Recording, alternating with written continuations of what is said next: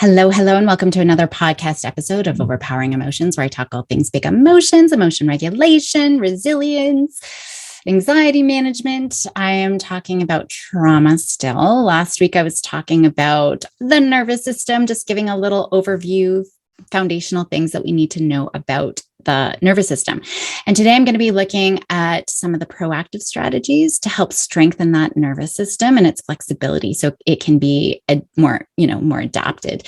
Last week, I talked a lot about trapping that stress and trauma in the body when we have a fight flight reaction, right? If we're not doing anything with that energy, we're trapping all of that extra energy, that stress energy. So this week, I want to talk more about understanding our own nervous systems. That's really important for us to know for ourselves, but for the kiddos in our lives as well, and what we can do. Today, I'm going to introduce this term about window of tolerance. I did talk about it a little bit sort of last time, but I didn't give it its name. So our window of tolerance, that's how well we can adapt to any of the stressors in our environment. So our anxious kiddos, they've got a smaller window of tolerance than, kids who aren't as anxious. So that means they're more likely to respond with really big reactions to things. Other things that can cause smaller windows, trauma, obviously, anxiety, obviously, sensory sensitivities. If you've got someone living in a chronically stressful environment, some of our neurodivergent kiddos like autism and ADHD and OCD. But with autism and ADHD, I mean, part of the core piece of those diagnoses is difficulties with emotion regulation and executive functioning. And so you add those on and they show way more rigidities and inflexibility. And that's a big piece of this puzzle because, they don't have flexible nervous systems. And that's what we need to work towards, is having a more flexible nervous system. So those are just examples of what would make it more likely for a kiddo to overreact to, a big deal or a little deal in their environment. So they're either going to go into, remember last time I talked about hyper, that fight flight response gets triggered, or hypo, where we go more into the freeze zone. And then not only are they more likely to react one way or the other, they actually have a harder time returning back to that set point, that green zone, or that, set point on the thermostat that I used last time. So it just takes them way longer to get back to that set point than kiddos who have a bigger window of tolerance, and they're more likely to get triggered again too if they've had to come back. So if they're hyper aroused, those are the kiddos, remember, they've got the huge emotional outbursts. We see lots of anxiety, lots of panic, lots of overwhelm. They experience way more cortisol and adrenaline coursing through their bodies because they've just got that activation of fight flight. And for a lot of them, it's just ongoing. So they're more likely to respond to any stressor in their life with a huge stress response, right? And if I've done it once, more likely again in the future, and in the future, and again and again and again, and way longer to recover from those stressors. Conversely, remember from last time, if they're hypo-aroused, they go numb. They might withdraw. They might isolate. A lot of kiddos, they're not even able to talk. They just start going into that shutdown. Now, kiddos with bigger windows of tolerance, they can still be engaged and work through things and calm really fast, right? Work through even stressful things and then calm down. And if you're looking at a kid like, oh my goodness, why are you freaking out? That's such a small deal. I was just doing a workshop a couple of weeks ago, and, one of the teachers there, just with their own kid, was like, but really, like, what if it really is a small deal? Right? Like, can't they just suck it up? And I'm like, but their brain can't tell the difference, right? And so if they're having this huge reaction to a really small deal, it's hard for them, right? And so our reaction, well, it's just a small deal. Just suck it up. Just pick yourself up and let's go. I'll show you what a big deal is. This isn't it. That's not going to be helpful, right? And your window of tolerance is way bigger than theirs. So of course to you, it's a small deal. So we've got to really understand that, right? For them, it is a big deal. And so we got to be careful with the language that we're using. They just don't have as flexible of a nervous system and as big of a window of tolerance as other kiddos who can cope. So important to remember. Now we can all work on expanding our window. It's not set in stone. So that's important. That's why we're listening, right? And that's why I'm going to be talking about that. So resetting our nervous system or training the amygdala to not be so trigger happy and, causing panic all the time. So going into the basics, of course, Maslow's hierarchy of needs, we need to make sure we're getting good sleep, we're having good nutrition, right? Our physical body is doing okay. If any of those things aren't stabilized, it's going to be way harder to do any of the other work that we do. So that's something that's really important for us to remember. We have to be aware of our triggers too, right? So we're going to be learning skills to help us respond in helpful ways when those triggers do come up. And so a lot of that comes from things like mindfulness and acceptance. We got to build our emotional literacy. We're going to be integrating that with somatic practices. That's really important. So being able to identify, how am I feeling? Where am I feeling that in the body? What does it feel like? All of those pieces that I talk about. So mindfulness is really important as well, which I will be talking about again, but I just want to make sure we talk about that. That awareness is the first piece. We can't just teach mindfulness and then expect them to go out there and do whatever it is that they need to do.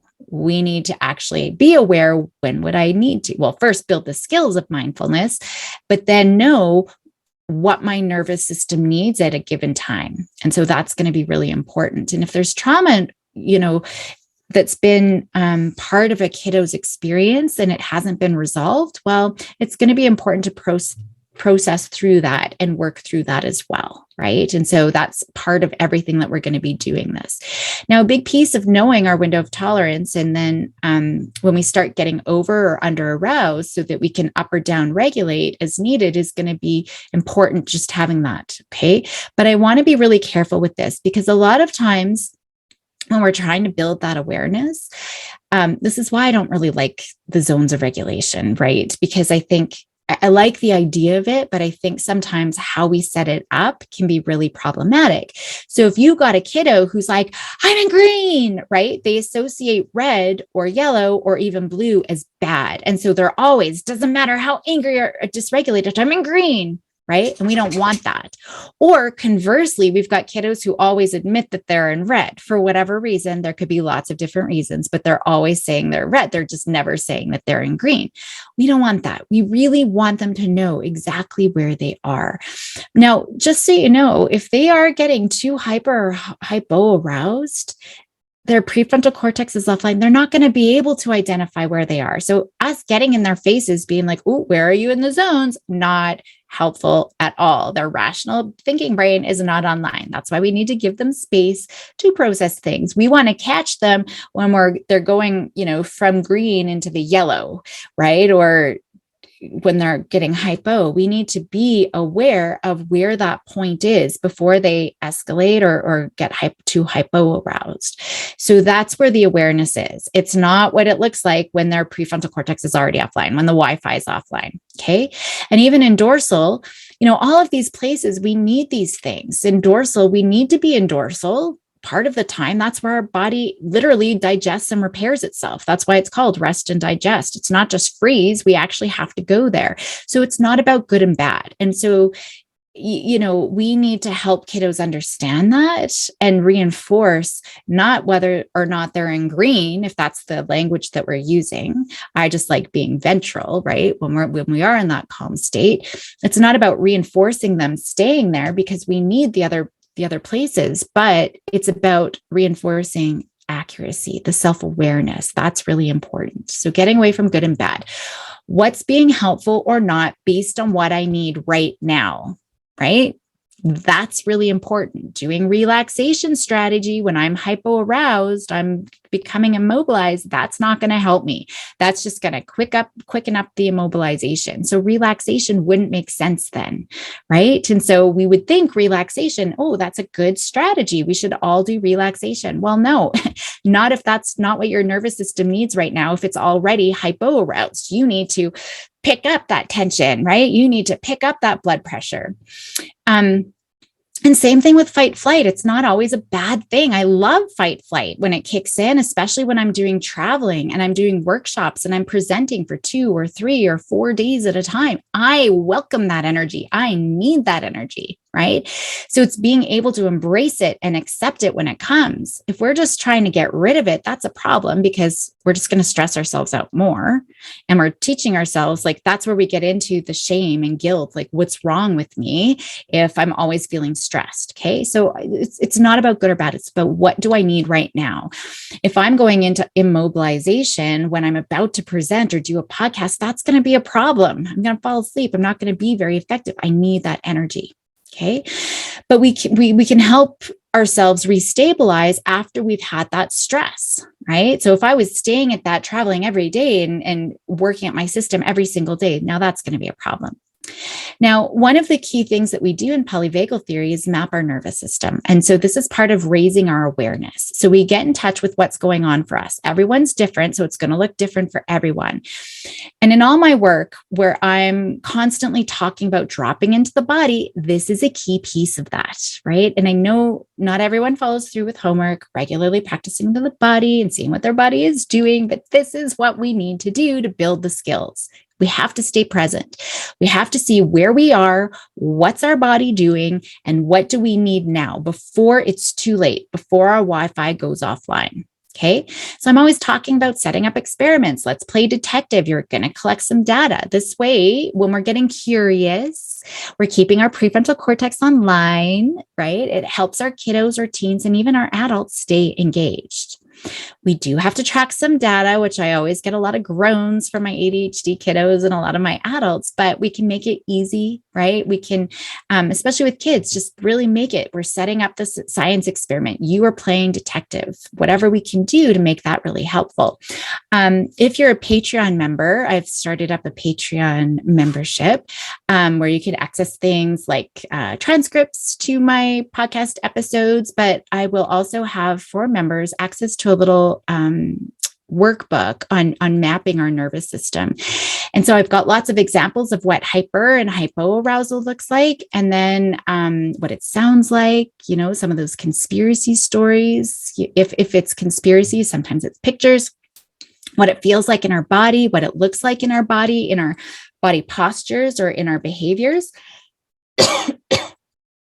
Excuse me. And so being able to map all of that is really important. And with kids, I really tie all of this to henchmen. So we're still externalizing. Everything that I talk about in my anxiety compass is relatable here, right? And so we want to make sure that we still externalize this so they don't revert back to, it's bad if I'm hyper aroused, right? And there's something wrong with me and I'm bad. We don't want that to happen. So I actually, as part of this detective work, we're actually going to identify which henchman this is. So maybe it's bored Bob or freaking out Fran, right? So even boredom is enough to start stressing out that brain. And so who is showing up? What's happening when they show up in our body, in our brain, in our behaviors, in our body postures, all of those kinds of things. Okay. So we want to identify when they show up, but what also triggers bored Bob or freaking out Fran? What triggers them to show up in the first place? Maybe it's boring work, right? Maybe it's something that's going to take me away from the video game that I wanted to do. Or maybe the freaking out Fran comes every time I've got a sibling who starts humming or making annoying noises, right? So we want to identify some of those triggers so we can get on offense. When we're reacting, it's way harder to do anything. And then we're going to gather some information. What helps us calm down? What helps us stay regulated, right? And we can start doing things. And I would start with things that are already working or things that they already enjoy doing. Right. I wouldn't allow screens to be part of that, though, because, screens are not restorative for the nervous system, and it can actually increase our cortisol. So I just want to make sure that, we're going to give them things that they enjoy, just so long as it's not a screen. Being outside is a really good one. Nature, listening to birds. I'll be talking about that again. Physical activity, right? Using up some of that energy. All of those things are good. I will be getting into some of those strategies specifically, but just a couple of mentions there. Now, I talk so much about how adults can respond in helpful ways to help kids stay regulated. This is so, so critical. We're not doing anyone any good if we're harping them or lecturing them or punishing them or telling them to calm down or whatever it is that we're doing, or trying to get them to just breathe, especially once they are so escalated that, the Wi-Fi is gone. So I think that that's important. On a side note, I do just want to say, I talk about this hyper and hypoarousal. A lot of ADHDers actually struggle with hypoarousal. We would think in our head, it's all of the big energy and the big emotional outbursts, but a lot of them go into the hypoarousal when they have to do anything boring, right? Anything that's involving executive functioning, working memory, remembering to do their homework or remembering to do their chores or 3-step instructions, right?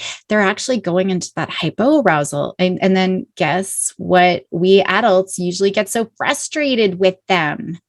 It's around homework and chores and the remembering to do the things that they need to do, the tasks. And so we might not see the stress response of shutting down if they go into that faux regulation that I've talked about. So it looks like they're still engaging. It doesn't look like they're stressed out, but if their brain is shutting down, and oftentimes that's what's happening, especially at the end of the day, if they're on medications and their medications are wearing off, right? So getting frustrated isn't helpful at all. Calling them lazy and unmotivated and they need to pull up their socks, not helpful at all. So our responses, that's just a huge key piece in helping our kiddos strengthen a healthy nervous system. And so I would say, I don't even want to work on their nervous system yet if we aren't helping create an environment where the adults are able to respond to them in helpful ways, in their own calming, regulating, safe ways. Because if we're expecting kiddos to do strategies and then they're being dysregulated by the ineffective responses that adults are doing, they're just going to feel more guilt and more shame and more hopelessness, because it's like, I tried the strategies and they didn't work. Well, yeah, it's because we threw you back into a pot of boiling water. So it doesn't matter how much you breathe, it's going to burn, right? So that's why I'm always focusing so much on, in all of my workshops, even like my behavior workshops. Yeah, I do talk about behavior strategies, but I spend most of them about how we connect, how we create that safety, how we respond effectively. That's so important. Now, I don't want to get too very technical, but we can sort of measure how flexible our nervous systems are. And that can be part of the detective work if you want. It's kind of interesting. We do not have to. Not everyone's going to have access to devices, but if you are able to, I just want to explain that a little bit, because I think it can be really helpful. So looking at our heart rate variability. So that heart rate variability, it shows our connection between the body and the brain, and how the two can really influence each other. And that connection is the vagus nerve, which I've been talking about, right? So we can actually start to measure these things to see how flexible a kiddo is. Now, in saying that, I can't say your heart rate variability has to be 800 milliseconds per beat. Like, I can't say that, because everybody's going to be different. And so it's going to be understanding what our own is and how we can make it more flexible. So heart rate variability, that's really how much variance there is in the length of our heartbeats. So in between our heartbeats, what's that timing in milliseconds? Okay. So if we have a high heart rate variability, so HRV, we have a really flexible, a really adaptable nervous system. That's what we want. We can handle our day-to-day demands.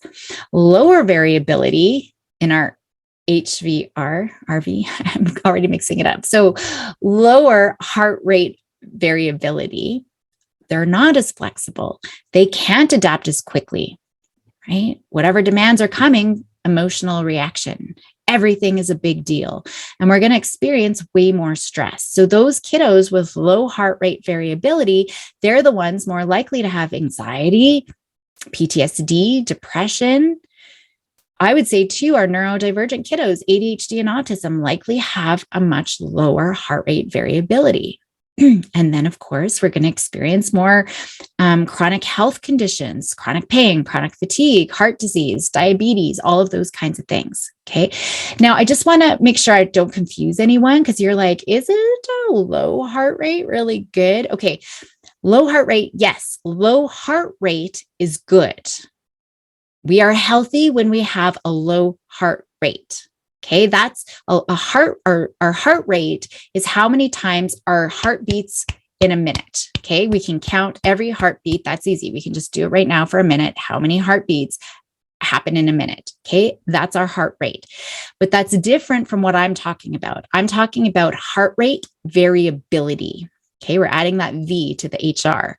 So with heart rate variability, the higher, the better. Okay. So heart rate, the lower, the better. But with variability, we want it higher. It's better for our physical health, our emotional, psychological health. If it's high, we can see our heart is able to adapt to stressors really well. Okay. So the best way really to measure your HRV, I'm going to mix it up. It's to use a device that can measure it. So like a smartwatch or a Fitbit or something like that, some sort of heart monitor in milliseconds.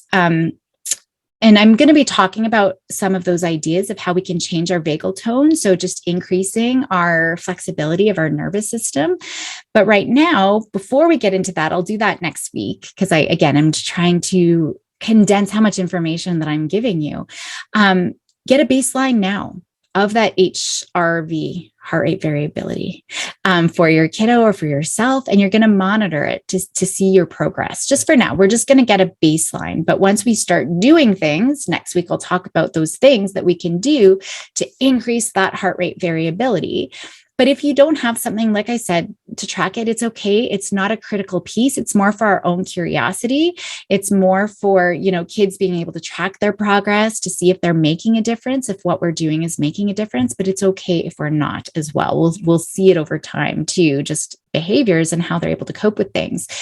I know we all know about it, but, I think that one of the best ways to improve our kiddos' nervous system and our flexibility and that heart rate variability is through lifestyle. But I'm going to leave it there for today. We're going to just think about this heart rate variability. It's different from our heart rate, of course, and start looking at getting that baseline so that next week, if you are going to track, we can start actually implementing things to help us out. So enjoy the rest of your day. Go help those kiddos be bold and courageous, and I will see you next week.